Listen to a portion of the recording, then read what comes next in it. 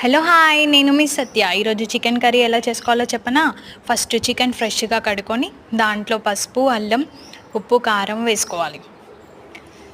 మంచిగా మ్యాగ్నేట్ చేసి పక్కన పెట్టుకోవాలి. నెక్స్ట్ ఇప్పుడు బౌల్ పెట్టుకొని దాంట్లో ఆయిల్ వేసుకోవాలి. జీలకర్ర, ఆవాలు యాడ్ చేసుకోవాలి. దెన్ ఆనియన్స్ వేసుకోవాలి. వెయిట్ ఇప్పుడు కరివేపాకు వేసుకోవాలి. అది ఫ్లేవర్కి అండ్ హెల్తీ కూడా. మంచిగా కుక్ అవ్వనివ్వాలి. ఇప్పుడు మ్యాగ్నేట్ చేసి పెట్టుకున్న చికెన్ దాంట్లో యాడ్ చేసుకోవాలి. మంచిగా కలుపుకొని కొద్దిసేపు కుక్ అవ్వనివ్వాలి. కొద్దిగా కుక్ అయ్యాక ఇప్పుడు మనం పెరుగు యాడ్ చేసుకోవాలి. పెరుగు యాడ్ చేసుకొని ఇప్పుడు చికెన్ పౌడర్ వేసుకోవాలి.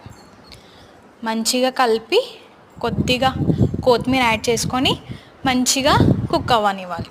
ఉడికాక ఇక తినేయడమే.